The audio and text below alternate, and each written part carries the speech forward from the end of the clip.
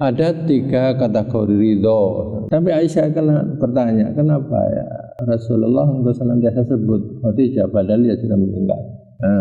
Kalau menurut istilah takdir itu kan ada yang takdir mubrom, ada yang takdir mu'alak. Masya Allah, jadinya apa manusia ini? Gak ubah seperti binatang. Beda dengan orang yang gak baik.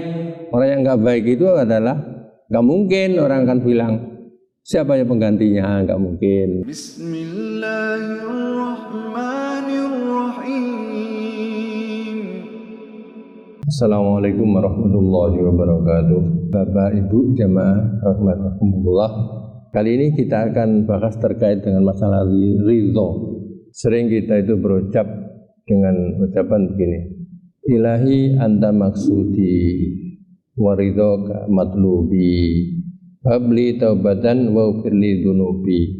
Tuhanku, Kau adalah yang kutuju dan keridhoanmu lah yang aku cari. Maka terimalah taubatku dan ampunilah dosa-dosaku. Jadi kita hidup ini tidak lain adalah mencari ridho Allah Subhanahu wa taala. Jadi kalau kita sudah mendapatkan ridho Allah itu sudah puncak. Kalau di dalam ayat Al-Qur'an itu kan banyak ya masalah ridho ya. Radhiyallahu anhum wa radu anha. Di dalam Quran seperti ya ayyuhan nafsul mutmainnah irji'i ila rabbiki radhiyatam mardiyah. Hai jiwa yang tenang, kembalilah kamu kepada Tuhanmu. Yang Tuhanmu ridho, kamu juga ridho. Masuklah kamu ke dalam kelompok hamba-hambaku yang soleh tentunya, dan masuklah ke dalam surga. Kita dapat surga itu karena ridho Allah. Ada 3 kategori ridho. Yang pertama, kita itu hendaklah ridho dengan qadha atau takdirnya Allah Subhanahu wa taala. Kita harus ridho, tidak boleh tidak ridho. Terutama juga dalam masalah-masalah apa yang sudah menimpa kita itu ridho. Jangan sampai kita tidak ridho. Karena apa? Ya, karena hidup kita itu tidak lepas daripada ujian. Sehingga ujian-ujian itu kita harus ridho kepada. Jangan sampai kita itu suudzon kepada Allah Subhanahu wa taala.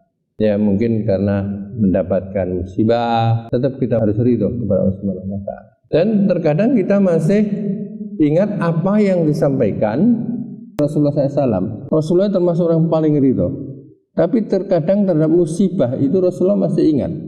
Misalkan ya kita lihat Rasulullah itu kadang-kadang sering masih menyebut Khadijah, sekalipun sudah meninggal itu disebut oleh Rasulullah di saat sudah punya istri Aisyah. Apa penyebutan itu kemudian menunjukkan Rasulullah tidak ridho gitu ya. Jadi misalkan kita nyebut Pak Fajar itu yang merintis pengajian ini ya, aduh gitu ya. Itu bukan berarti kita tidak ridho. Maka kita itu terhadap musibah ujian kita ridho, ikhlas karena Allah Subhanahu wa taala. Sama dengan tadi Khadijah tadi. Tapi Aisyah bertanya, kenapa ya Rasulullah engkau senantiasa sebut Khadijah padahal dia sudah meninggal. Apa kata Rasulullah? Kenapa saya enggak sering menyebut Masyan sekalipun dia sudah meninggal? Dia adalah orang yang pertama kali membenarkanku di saat seluruh wanita-wanita Arab itu mendustaiku. Jasanya itu ya, di saat aku nggak punya modal ya gitu ya. Kemudian Khadijah memberikan modal kepadaku. Nah, kita hidup dunia ini sering saya sampaikan bahwa hakikat dunia itu adalah tidak lepas daripada ujian. Sering disampaikan ayat itu jadi pedoman bagi kita semua ya. Di surat Al-Baqarah ayat 155 ini. Dan Allah Subhanahu wa taala menyatakan wala nabluwannakum bisyai'im minal khawfi wal ju' wa naqsim minal amwali wal anfusi was samarat.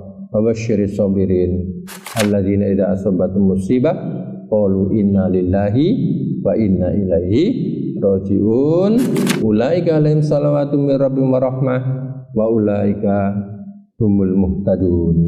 Sungguh kata Allah, aku uji kamu dengan sesuatu, modern rinci sesuatu itu apa? Minal khauf, rasa takut ya. Gimana ya nanti itu ya anak keturunan kita. Zaman sekarang sudah seperti ini, godaan-godaan dunia sudah luar biasa. Apakah kita nanti bisa mengendalikan keimanannya, ketakwaannya, gitu ya? Malju diuji lapar ya, terutama puasa gitu. Kadang-kadang orang itu diuji nggak ada makanan, orang-orang fakir miskin itu diuji nggak ada cara makan. Manaksi minal amwal, kita itu juga diuji masalah harta. Mesti harta kita itu terutama bagian-bagian negeri itu gaji itu lama-lama akan turun. Kalau sudah pensiun, tinggal berapa persen gitu. Kalau masih penuh begini, itu mesti diuji. Dan bagi yang swasta kan gitu juga gitu. Bagi yang swasta juga kadang itu usahanya naik turun ya. Wal anfus jiwa itu bisa kematian, bisa juga sakit. Wa samarot, buah-buahan gitu kan. Kadang juga buah, kadang enggak gitu kan. Tapi Allah menyatakan itu. Fabasyiris sabirin. Beri kabar gembira bagi orang-orang yang sabar. Nah, orang yang sabar itu adalah alladzina idza asabat musibah qalu inna lillahi wa inna ilaihi rajiun. Ucapan kan gitu. Kita ini milik Allah dan akan kembali juga kepada Allah. Kita sendiri kalau diambil Allah ya kita harus ridho. Tapi kalau sudah diambil ya gimana ya? Cuma kita itu siap kalau Allah sudah ngambil kita, ya kita itu harus ridho. Memang kita ini milik Allah. Kita sudah menyatakan inna lillahi wa inna ilaihi rajiun. Nah, kalau menurut istilah takdir itu kan ada yang takdir mubrom, ada yang takdir mu'allak. Takdir mubrom itu takdir yang memang kita nggak bisa merubah lagi. Seperti jenis kelamin kita begini kan, laki-laki ya laki-laki, perempuan ya perempuan. Sudah, hidung kita seperti ini juga ya. Yang pesek jangan dioperasi supaya mancung, yang mancung jangan dioperasi menjadi pesek. Gitu, ridho itu. Tapi ada takdir itu yang bisa dirubah. Bahkan Rasulullah SAW menyatakan la turadul qada illa bidu'a. Jadi ketentuan Allah itu tidak bisa dirubah kecuali dengan doa. Jadi doa itu luar biasa. Doa itu bisa merubah ketentuan Allah Subhanahu wa taala. Yaitu semuanya juga karena Allah. Dan ini yang pertama ya, bahagia.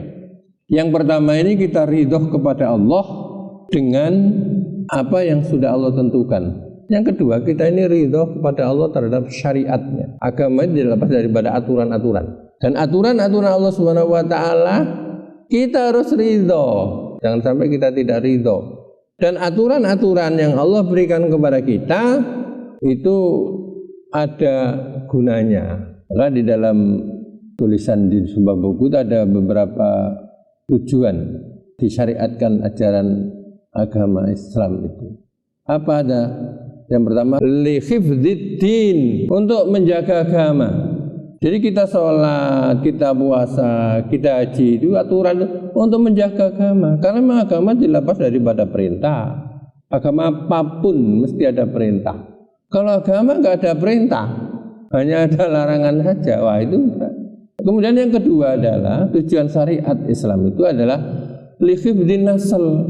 Lihifdin nasl itu adalah untuk menjaga keturunan. Kenapa di dalam Islam juga? Mungkin agama yang lain. Di dalam Islam itu ada aturan nikah. Itu sebenarnya adalah untuk menjaga keturunan. Coba kalau nggak ada pernikahan, kemudian orang hidup seenaknya saja. Maka tujuannya ada aturan pernikahan itu adalah lihifdil nas, supaya jelas anaknya siapa itu. Sehingga ada aturan-aturan ini, ada wanita-wanita yang diharamkan, ada wanita-wanita yang dibolehkan, itu juga aturan. Tujuannya apa? Ya untuk menjaga keturunan. Yang ketiga adalah yang bahagia, tujuan syariat itu diberikan oleh Allah kepada kita adalah lihifdil akal. Lihifdil akal itu adalah untuk menjaga akal. Jadi akal ini karena Allah yang luar biasa. Yang bedakan antara satu dengan yang lainnya itu antaranya adalah akal. Kenapa diharamkan khamr? Bahkan pengharaman khamr itu bertahap. 3 kali sampai baru dinyatakan bahwa itu adalah haram. Jadi tujuannya adalah untuk menjaga akal. Kalau khamr itu dibiarkan, dilegalkan gitu, masya Allah, jadinya apa manusia ini? Berubah seperti binatang. Wah, akal yang sudah harganya yang kalau dihitung nggak bisa ternilai kok. Yang Allah berikan supaya kita itu berpikir dengan akal ini nanti menghasilkan karya-karya yang luar biasa. Jangan kita kotori. Dan itulah sehingga Allah menyatakan begini, orang yang beriman sesungguhnya judi, minuman khamr, mengundi nasib, berhala, itu adalah rijun min amali syaiton. Itu kotor, itu amalan setan. Fajtanibu jauh itu. Nah ini 3 kali ya, 3 tahapan. Pertama dikatakan yas'alunaka 'anil khamri wal maisir. Mereka bertanya kepada Muhammad tentang judi dan khamr. Qul fihima itsmun kabir wa manafi'ul linnas wa itsmuhuma akbaru min naf'ihima. Katakan Muhammad, jawab kepada mereka bahwa khamr itu ada manfaatnya. Tapi ingat, antara manfaat dan madharatnya itu lebih besar madharatnya bila dibandingkan dengan manfaatnya. Pertama tahapnya itu belum ada istilah haram, jauhi enggak ada. Kemudian yang kedua, tata krobus sholat wa antum sukara. Jangan kamu dekat-dekati sholat padahal kamu saat itu mabuk. Nah, kok masih merajalela aja? Akhirnya Allah memutuskan tadi, ya ayyuhalladzina amanu innamal khamru wal maisiru wal ansab wal azlam rijsun min amali syaiton fajtanibu. Kemudian yang keempat, baik ya. Allah mensyariatkan tujuannya adalah lihibdil mal, yaitu untuk menjaga harta. Jadi harta itu kalau di dalam Quran itu masalah harta itu dirinci banget itu. Warisan-warisan sangat dirinci. Beda dengan yang lain. Karena apa? Karena banyak dengan harta itu manusia itu enggak baku omong dengan saudaranya. Banyak orang bunuh-bunuhan dengan saudaranya. Perang Palestina dengan Israel itu kan gara-gara harta. Sehingga di dalam Quran itu Allah sering menggandengkan antara harta dengan anak. Hati-hati itu. Makanya disebutkan al-mal wal banuna zinatul hayat dunya, harta dan anak itu perhiasan dunia. Bahkan dikatakan bahwa itu adalah fitnah. Kemudian sebagai aduan permusuhan. Sehingga ada aturan-aturan sampai Allah menyatakan jangan kamu makan hartamu dalam keadaan haram, dilarang mencuri, dilarang merampok. Tujuannya adalah apa? Menjaga harta kepemilikannya yang sempurna. Dan yang ketiga dan bahagia, kita itu ridho kepada Allah Subhanahu wa taala dengan rezeki yang Allah berikan kepada kita. Rezeki kita ini tidak sama, terutama dalam masalah harta ini tidak sama. Allah sudah menyatakan wallahu faddala ba'dakum ala ba'din fi rizq. Allah itu melebihkan seorang dengan orang lain itu dengan masalah rezeki. Kita terima apa yang Allah berikan setelah kita berusaha. Kalau kita sudah berusaha kemudian Allah memberikan, nah itu kita terima. Maka sering kita sampaikan bahwa saat ini waktu sekarang ini adalah kita nikmati, kita syukuri dan kita jalani, gitu kan. Ini yang perlu kita perhatikan. Ini masalah ridho. Jadi kalau ada saudara kita yang sudah meninggal dunia mendahului kita, ya kita ridho. Selanjutnya adalah kita berharap nanti mudah-mudahan bisa kita ketemu di surganya Allah Subhanahu wa taala. Dan tidak lain adalah doa aja yang kita sampaikan itu, doa. Merasa kehilangan jelas dan pengen juga siapa gantinya di masjid ini sebagai pengganti kan gitu. Ya itu yang perlu kita pikirkan sekarang itu. Jadi kalau kita masih terngiang-ngiang dengan kebaikan seseorang, itu bukan berarti kita tidak ridho. Kita ridho tapi karena memang itulah orang yang baik itu dikenang adalah kebaikannya. Dan orang akan bertanya siapa ya penggantinya. Beda dengan orang yang nggak baik. Orang yang nggak baik itu adalah nggak mungkin orang akan bilang siapa ya penggantinya, nggak mungkin. Mesti ya sudahlah, mudah-mudahan nggak ada lagi seperti itu kan gitu toh. Atau akhirnya orang bilang toh akhirnya, tapi bagi orang yang baik begitu diumumkan aja sudah saling mendoakan. Saya kira ini mudah-mudahan ada manfaatnya. Subhanallah wa bihamdika asyhadu an la ilaha illa anta astaghfiruka wa atubu ilaik. Assalamualaikum warahmatullahi wabarakatuh.